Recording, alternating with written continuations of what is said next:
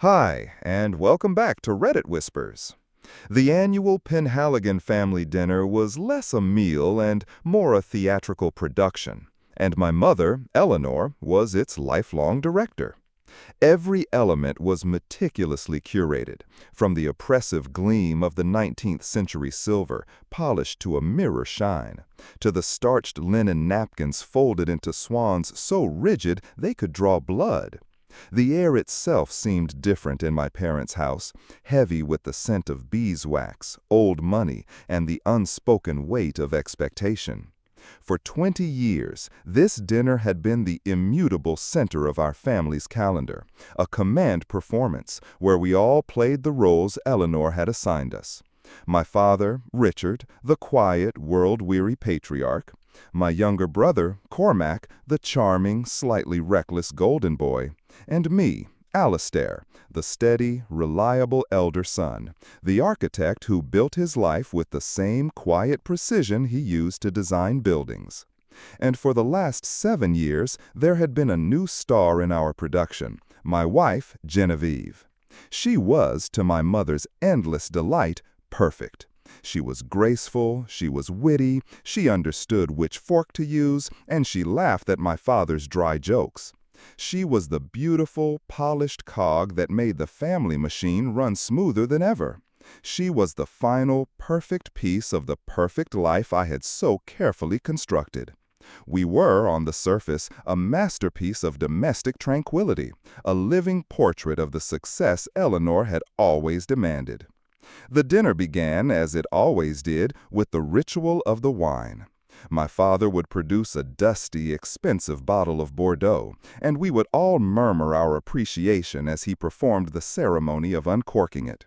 The conversation was a slow, predictable dance around approved topics: my father's golf handicap, Cormac's latest vaguely defined business venture, a brief complimentary mention of my recent work on a new city library, and my mother's ongoing heroic battle with the aphids on her prize-winning roses. I sat there, playing my part, smiling at my wife, listening to my brother's easy laughter, feeling the familiar, comfortable weight of tradition settle over me. It was all so perfect. Too perfect. My phone vibrated in my pocket, a soft, insistent buzz against my thigh. I ignored it. It was a rule, another unspoken one in a house full of them: no phones at the dinner table. But a few seconds later, it buzzed again. 2 quick, sharp pulses. A text message. It was probably just a notification from a news app or a work email I had forgotten to silence. But something, a flicker of intuition, a rogue data point in the predictable pattern of the evening, made my hand drift down to my pocket. My mother was mid-anecdote about her roses, a story we had all heard a dozen times. Everyone's attention was on her. Under the cover of the heavy linen tablecloths, I slipped the phone out. The screen was blindingly bright in the dim, formal light of the dining room. It was a message from an unknown number. There were no words, just an attachment. A single image. My thumb, moving on autopilot, tapped the screen to download it. For a fraction of a second, the image was a meaningless blur of color and shape. And then, it snapped into focus. The world stopped. The sound in the room, my mother's voice, my father's gentle chuckle, the clink of Genevieve's wine glass against the crystal, it all receded, fading into a distant, muffled hum, as if I had been plunged underwater. The photo was of 2 people, locked in a passionate, desperate kiss. It was taken from a slight distance, perhaps from an upstairs window, looking down into the garden. My garden. I could see the familiar white lattice of the gazebo in the background, and the manicured shapes of her prize-winning rose bushes, the ones she was talking about right now. The woman in the photo was my wife, Genevieve. Her head was tilted back, her eyes closed, one hand tangled in the man's hair. The man was my brother, Cornac. His back was mostly to the camera, but I knew his shape, the set of his shoulders, the dark curl of his hair. His hand was pressed firmly against the small of her back, pulling her against him.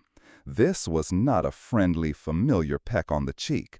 This was a kiss of stolen moments, of shared secrets, of a fire I hadn't known existed. My first sensation was not anger. It was not a hot, explosive rage. It was a terrifying, profound cold, a stillness. It was the feeling of standing on a perfectly designed bridge, a structure I had built and trusted with my life, and watching as a single, critical stress fracture appeared in the main support beam, a tiny, silent crack that I knew, with the absolute certainty of my profession, would lead to a catastrophic, total collapse. I looked at the timestamp on the message. It was from 7 minutes ago. 7 minutes. This wasn't a picture from last week or last month. This was from tonight. This was from just before we all sat down to play our parts in this family farce. They had been out there, in the garden, in the dark, stealing this moment while my parents were arranging the cheese board and I was washing my hands for dinner. My brain, the analytical, architectural part of my brain, kicked into high gear, bypassing all emotion. It began processing data, calculating angles, assessing the damage. The photo was taken from above, from the guest bedroom most likely. Who took it? Who sent it? A disgruntled former employee of my father's? A nosy neighbor? It didn't matter. The data was the data. The image was the truth. The entire foundation of my life, the 7 years of my marriage, the decades of my brotherhood, was a lie, a carefully constructed facade, and I was the only one who hadn't mown. I raised my head slowly, my neck feeling stiff, robotic.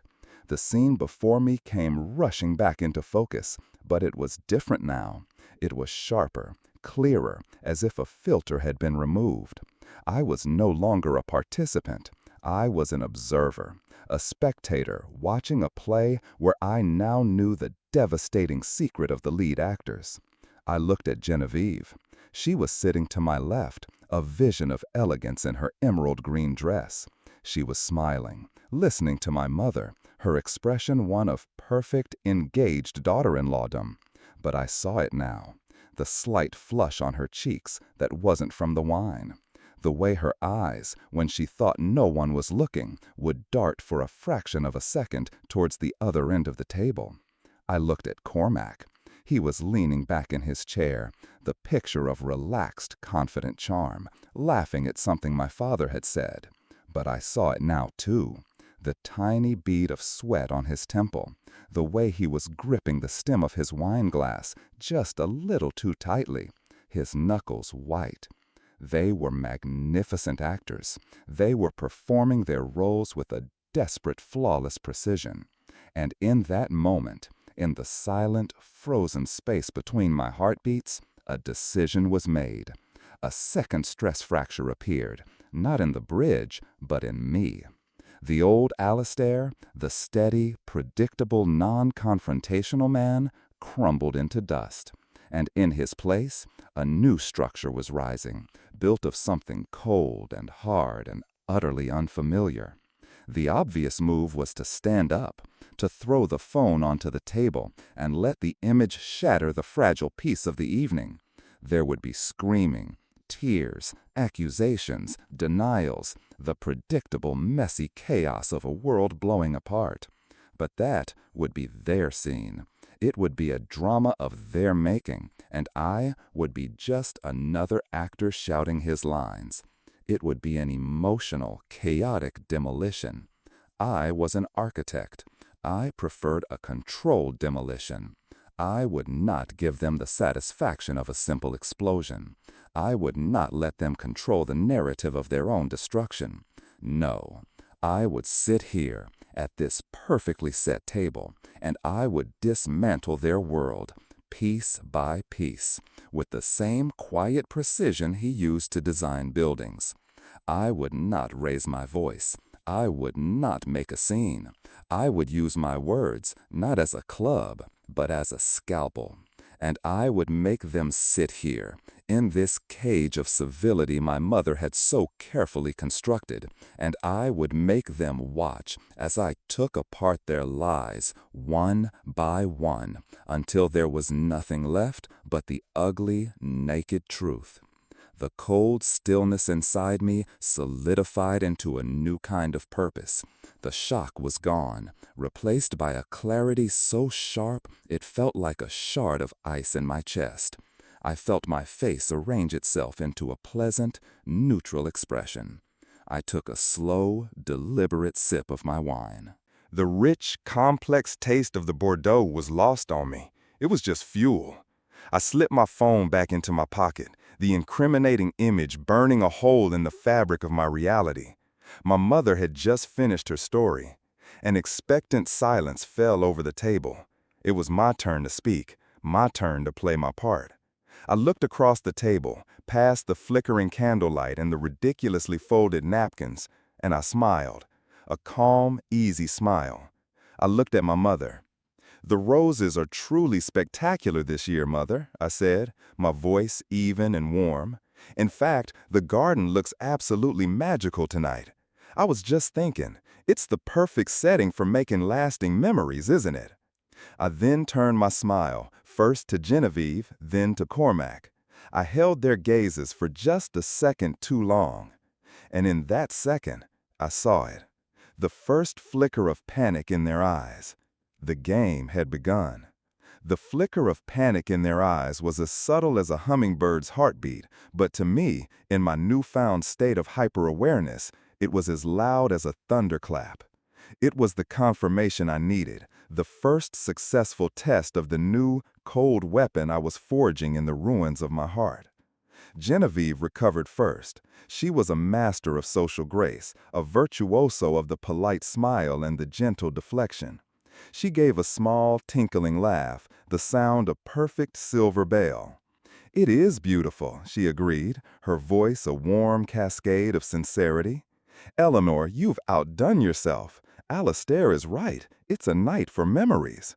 She picked up her wine glass, the emerald of her dress catching the candlelight, and took a delicate sip, her composure a fortress of practiced ease. But I saw the slight tremor in her hand, the way her knuckles were just a little too white around the stem. Cormac was less skilled. His charm was a blunt instrument, effective for grand gestures and broad strokes, not for the fine, delicate work of deceit under a microscope. He simply nodded, a tight, forced smile on his face. "Magical," he echoed, the word sounding hollow and strange in his mouth. He quickly took a large gulp of wine, a clumsy attempt to wash down the lie. My mother, oblivious, beamed at the praise. "Oh, it's just a bit of work," she said with false modesty. "But you're right, Alistair. Tradition, family, these are the things that last. These are the memories we build our lives on." My father grunted in agreement, already focused on carving the roast beef that the housekeeper had just placed on the table. The conversation shifted, the moment of tension seemingly passed, absorbed into the thick velvet curtains of the dining room. But I wasn't finished. I was just laying the foundation. My next move had to be precise. I couldn't be obvious. I had to create a narrative, a breadcrumb trail of seemingly innocent observations that would lead them, and only them, to the precipice of their own guilt. I waited for a lull in the conversation as my father distributed slices of bloody roast beef onto our plates. I turned to Cormac, my expression one of genuine brotherly concern. "Cormac," I began, my tone casual, "I meant to ask, how is that new venture going, the import-export business? It all sounds very adventurous." He looked up, a piece of beef halfway to his mouth. He was visibly relieved to be on the familiar ground of his own self-aggrandizement. "Ah, it's brilliant, Al," he said, his usual swagger returning. "Things are moving fast. Deals to be made. You know how it is. You have to be quick on your feet, seize opportunities when they present themselves." He winked, a gesture that was meant to be roguish, but now seemed utterly reptilian to me. "Exactly," I said, nodding thoughtfully. I let a small, calculated pause hang in the air before continuing. It must require a great deal of trust. Your partners, your clients, you have to be sure everyone is who they say they are, that they're not playing a different game behind your back. That must be stressful. I said it all while looking directly at him, my face a mask of earnest inquiry. I saw his smile falter, just for a second. The swagger deflated, pricked by the needle in my words. "Trust is everything," he said, his voice a fraction tighter than before. He cleared his throat. "But you learn to read people. You learn who you can count on." "I'm sure you do," I said, my voice soft. I then turned my gaze to Genevieve, including her in the conversation. "It's fascinating, isn't it, darling? The different worlds we all live in. My world is about blueprints and foundations, things that are solid and transparent and built to last. Cormac's world is all about risk and instinct and seizing the moment." Genevieve placed her knife and fork down with meticulous care. Her smile was still in place, but it was a brittle thing now, a pane of glass with a cracked spiderwebbing through it. "Every world has its own rules, I suppose," she said, her voice admirably steady. "Cormac has always been the bold one in the family. It's part of his charm." The word charm was a poisoned dart, and I knew she had aimed it at him as much as at me. A subtle reminder that his charm was the cause of this mess. A fissure was opening between them, a tiny crack in their secret alliance. My mother, bless her oblivious heart, chose that moment to intervene. "Well, I think it's wonderful that my boys are so different," she declared, beaming at us. "Alistair, you are the rock, the foundation of this family. And Cormac, you are the wind, always bringing in new adventures. It's a perfect balance." A perfect balance. The irony was so thick I could have carved it with my steak knife.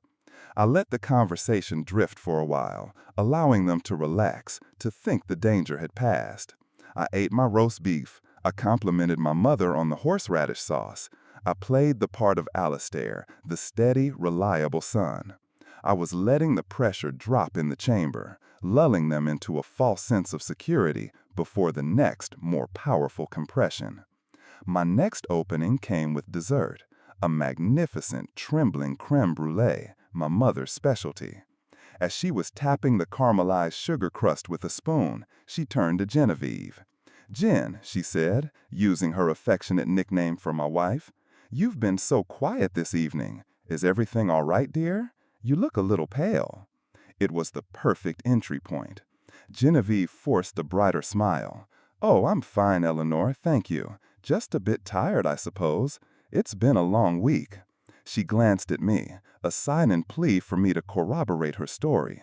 I did, but not in the way she wanted. I reached over and placed my hand on hers, a gesture of husbandly affection that was a complete and utter lie. Her hand was ice cold. "She has been a little under the weather," I said. "I think the changing of the seasons might be getting to her. And she was just telling me before dinner that she got a chill while she was out in the garden." I let the last two words hang in the air, each one a perfectly weighted stone dropped into the silent pool of their deception. I felt her hand flinch under mine. I watched Cormac's spoon, which was halfway to his mouth, stop dead in its tracks. The dining room, with its heavy curtains and thick carpet, seemed to suck all the air out of the room. My father was the only one who seemed not to notice the sudden, suffocating tension. "A chill?" he grumbled. "Shouldn't have been out there without a wrap. Silly." Genevieve slowly pulled her hand from under mine. Her eyes were fixed on her plate, her face a pale, frozen mask. "I was just admiring the roses," she said, her voice barely a whisper. The air was sharper than I expected. "Yes, it can be," I said smoothly, picking up my own spoon. "It can take your breath away when you're not expecting it. One minute you're in the warmth, feeling safe, and the next you step out into the cold and it just hits you. A shock to the system. Isn't that right, Cormac?" I didn't look at him as I spoke. I was focused on cracking the sugary shell of my own dessert, the sharp crack of the spoon against the caramel sounding unnaturally loud in the silence. Cormac didn't answer. I could feel his eyes on me, a desperate, frantic energy radiating from across the table. He was beginning to understand. This wasn't a series of unfortunate coincidences. This was a deliberate, targeted attack. But he didn't know how I knew. He didn't know about the photo. He was trapped, fighting a ghost in a fog of war. It was my mother who broke the spell. "Well, the important thing is that we're all here together," she announced, her voice a little too bright, a clear sign that even she was now sensing that something was wrong. "To family," she said, raising her wine glass. "To family," my father echoed, raising his. Genevieve and Cormac mumbled the toast, their eyes avoiding mine, avoiding each other's. They were no longer allies in a secret romance. They were co-conspirators in a failed plot, each one now wondering if the other would betray them to save themselves. I raised my glass. I looked at my wife, the woman who had shared my bed and my life for 7 years. I looked at my brother, the man who had shared my childhood. "To family," I said, my voice clear and steady, "and to the truth." Because, like a good foundation, it's the only thing that really lasts. Everything else is just decoration. And I drank my wine, the bitter taste a perfect match for the cold, hard resolve in my soul. They knew. They didn't know how, but they knew that I knew. The rest of the dinner was an exercise in exquisite torture. I kept the conversation light, but I salted it with words that were meaningless to my parents, but were acid to my wife and brother. I talked about loyalty, about secrets, about the surprising fragility of things that look strong on the surface. I discussed a building I was designing, talking at length about the importance of transparency and the structural risks of hidden flaws. Every word was a turn of the screw. I was dismantling them in plain sight, using the tools of civility and polite dinner conversation. When the evening finally ended, the relief in their eyes was palpable. As we were putting on our coats in the grand hallway, my mother kissed me on the cheek. "It was a wonderful evening, darling," she said. "Thank you for being you." "Of course, Mother," I said. As Genevieve and I walked out into the cold night air, towards our car, Cormac was just ahead of us, fumbling for his keys. I paused for a moment, looking up at the dark facade of my parents' house. I looked up at the window of the guest bedroom, the place where the anonymous photographer had stood. "You know," I said, my voice conversational, directed at no one in particular, "I've always loved this house. Such strong bones, such a classic design. But I've been thinking lately, the sight lines from some of these rooms are really quite extraordinary. You can see almost the entire garden from that guest room upstairs. You could probably take a pretty decent picture from up there, even in the dark, especially if you had a good lens." I saw Cormac's back go rigid. I saw Genevieve's breath catch in a soft, horrified gasp. I didn't look at them.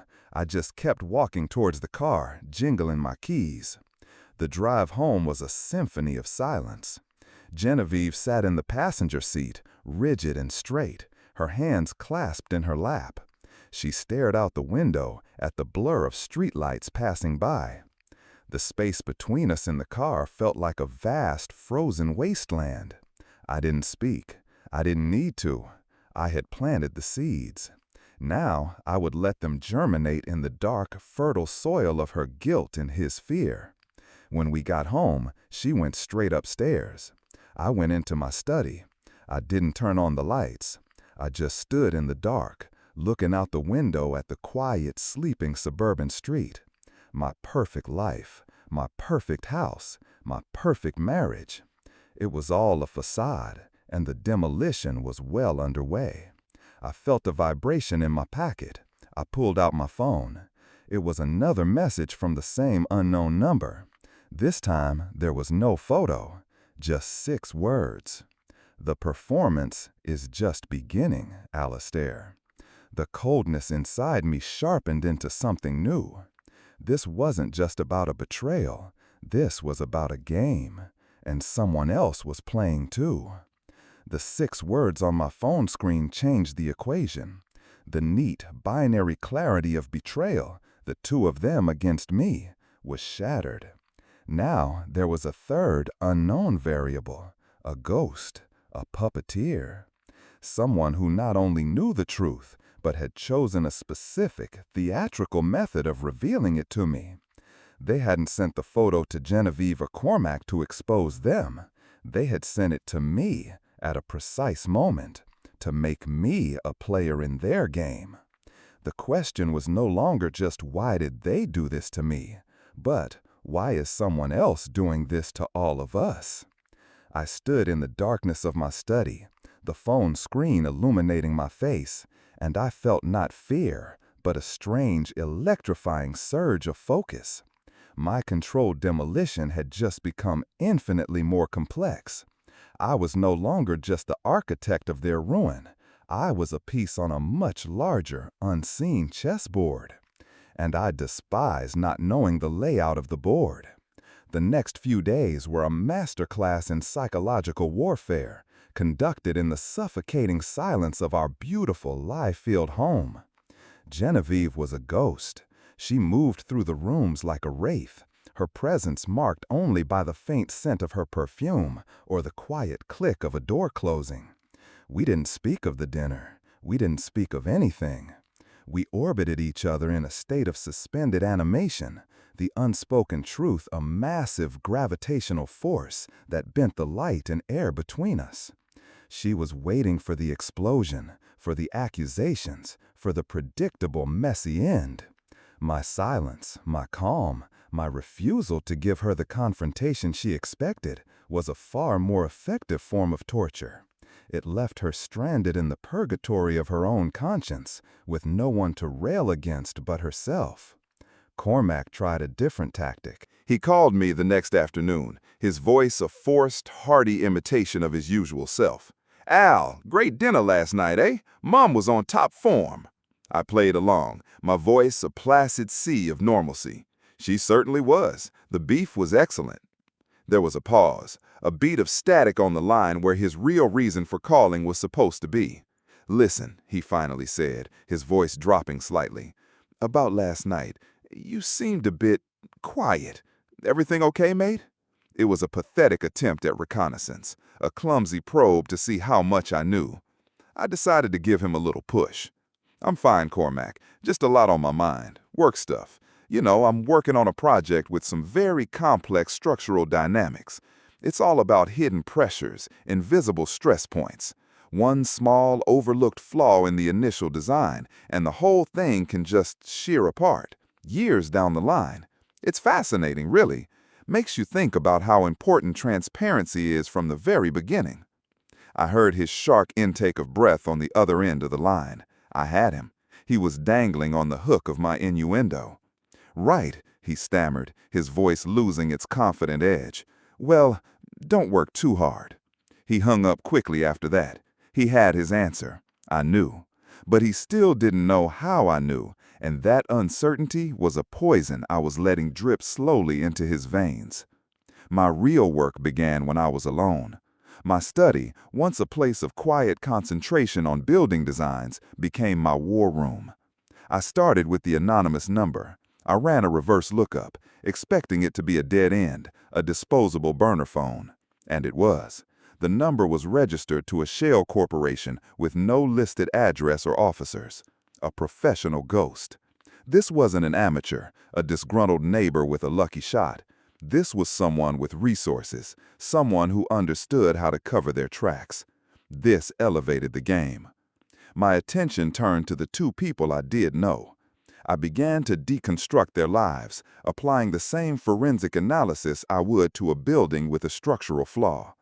I started with Genevieve.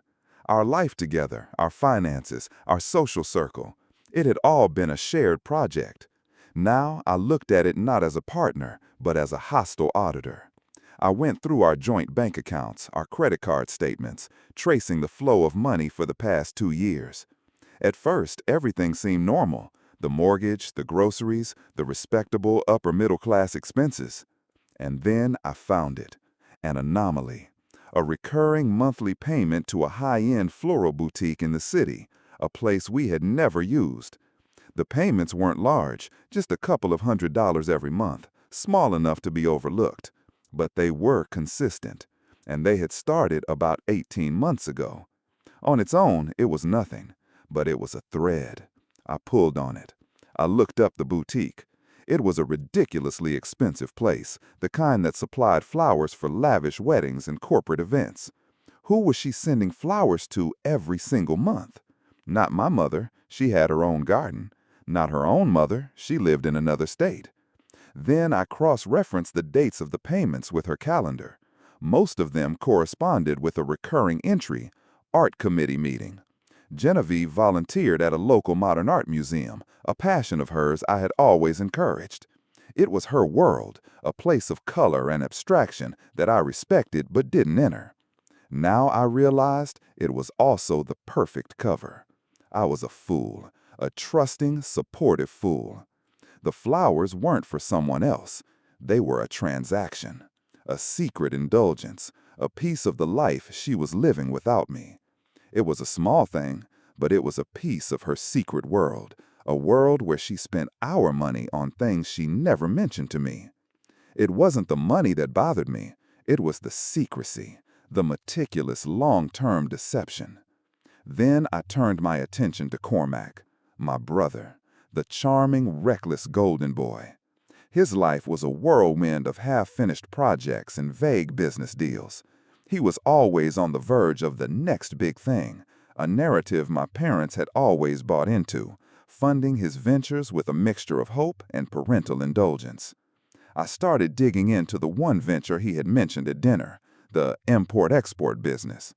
It had a name, Cormac Trading, but it had no website, no office, no public presence at all.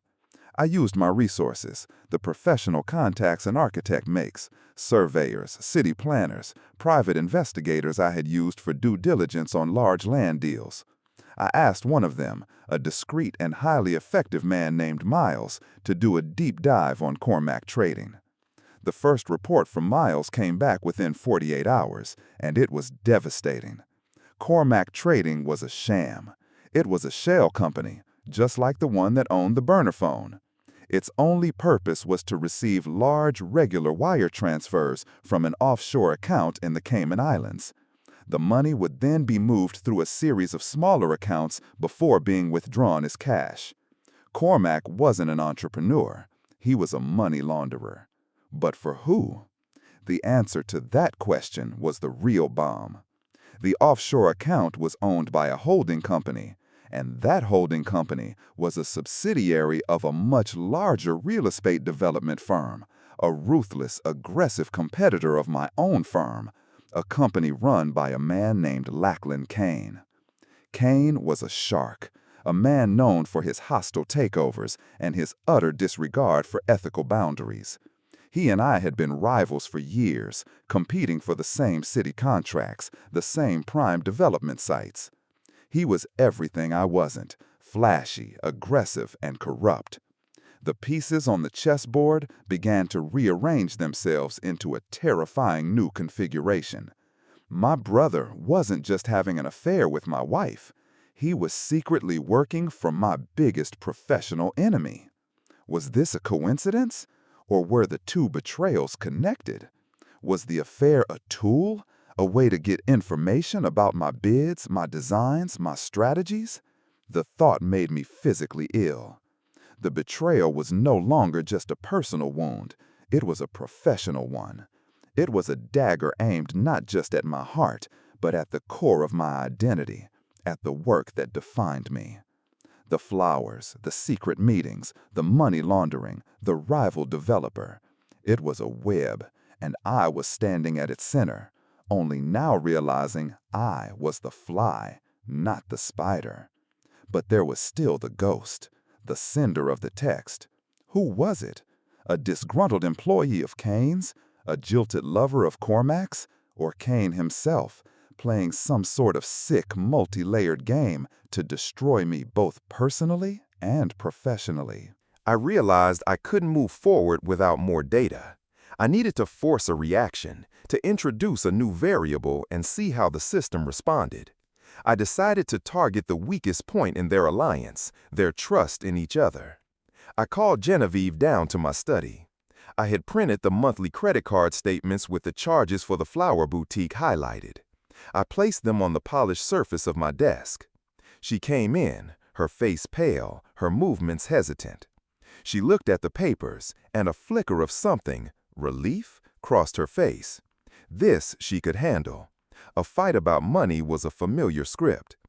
"What is this, Alistair?" she asked, her voice quiet. "I was just reviewing our finances," I said, my tone calm and professional, as if I were speaking to a client. "And I noticed this recurring expense, 18 months of it.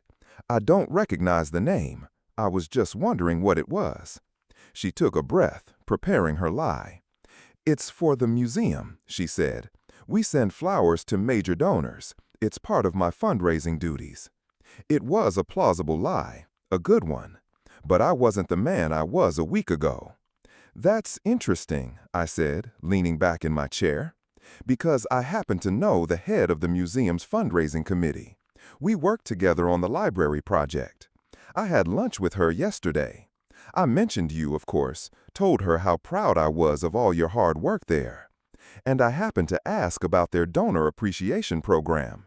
She said they have a strict policy against lavish gifts. In fact, their annual budget for flowers is less than what you've been spending in a single month."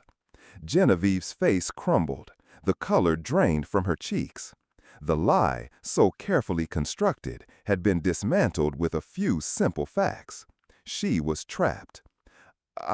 She started, but no words came out. I leaned forward, my voice dropping to a low, intense whisper. I wasn't angry. I was something far more terrifying. I was disappointed. "The money is not the issue, Jen. You know that. It's the lying, the meticulous, long-term, calculated deception. It makes me wonder, if you can lie about something so small for so long, what else are you lying about?" I didn't mention Cormac. I didn't mention the garden. I didn't have to. I had planted the seed of doubt. I had shown her that I was no longer the trusting, oblivious husband. I was a man who checked facts, who asked questions, who could see through her lies. I let her leave the study in a state of stunned silence. She now had a choice to make. Would she confess to the smaller crime, hoping to hide the larger one? Or would she go to Cormac, tell him that I was closing in, that our secret was no longer safe? I was betting on the latter. I needed them to communicate. I needed them to make a move.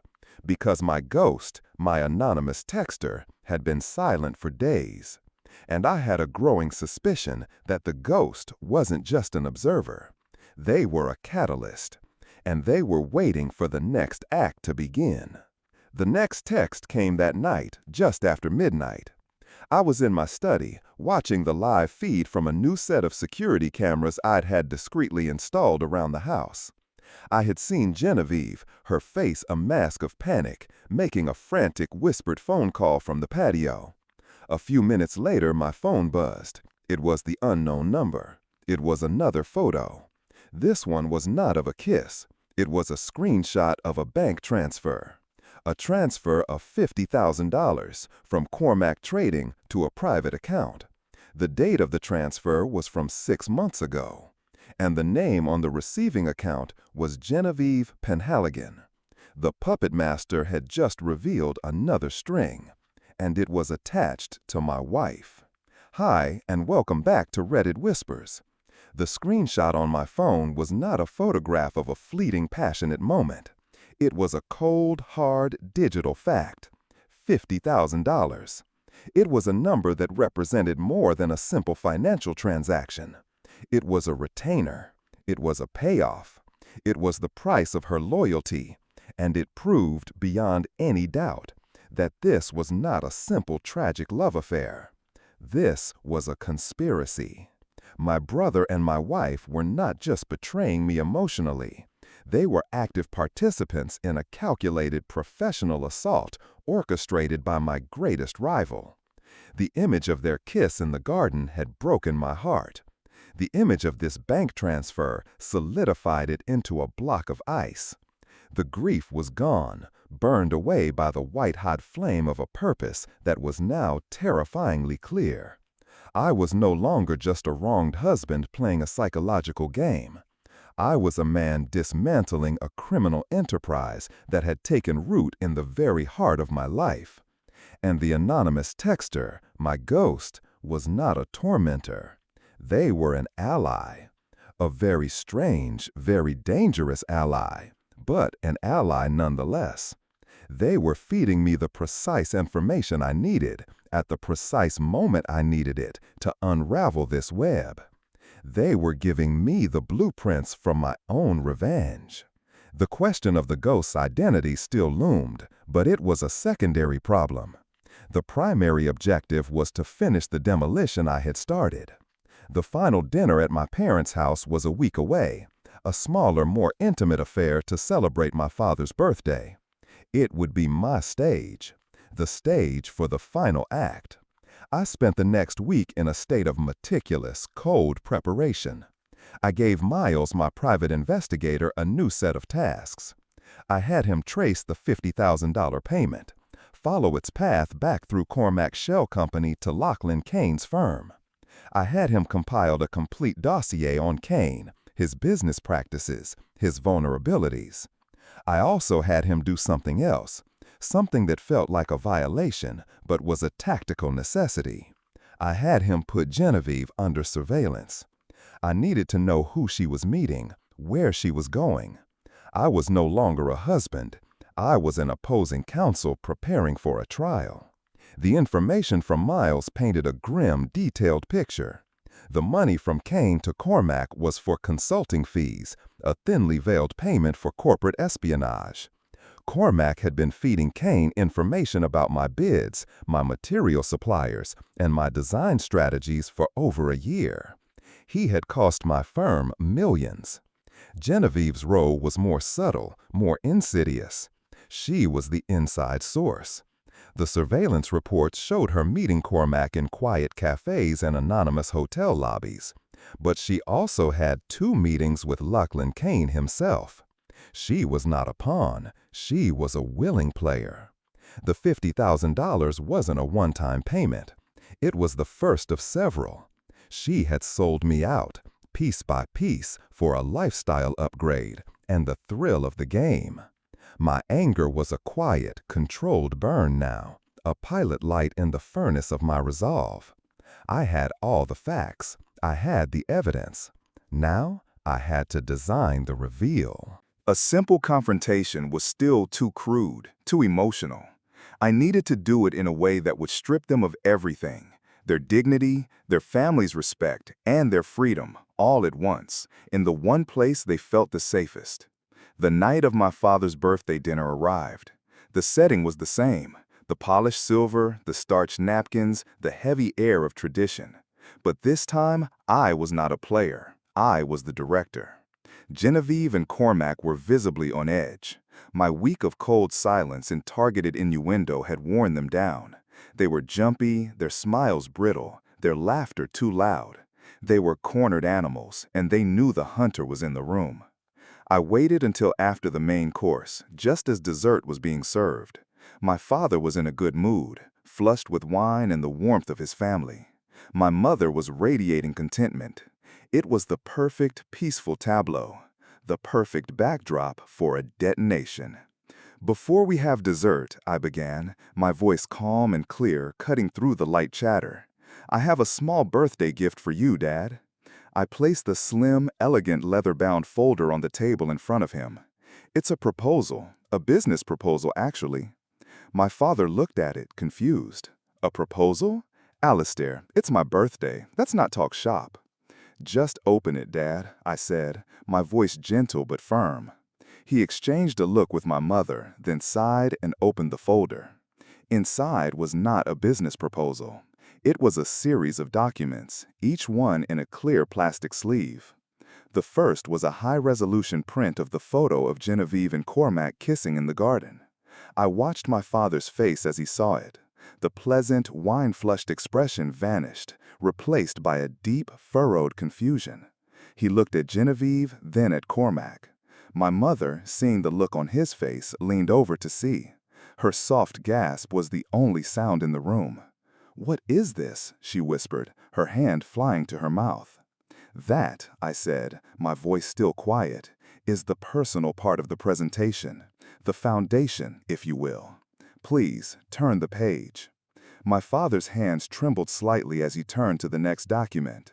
It was the screenshot of the $50,000 bank transfer from Cormac Trading to Genevieve. "That," I continued, "is where the personal and the professional begin to merge. An interesting intersection of interests, wouldn't you say?" Genevieve made a small, strangled noise. Cormac was ashen, his eyes wide with disbelief and terror. He had underestimated me. They both had. They thought I was the beige, predictable husband. They had no idea I could be this methodical, this cruel. "Keep going," I said, my gaze locked on my brother. My father turned the page. The next section was a simplified flowchart I had designed myself, showing the flow of money from Lachlan Kane's development firm through the offshore accounts to Cormac Trading and finally into Cormac's pockets. It was a clear, undeniable diagram of a criminal conspiracy. "And that," I said, "is the business my brother is in. Not import-export, espionage.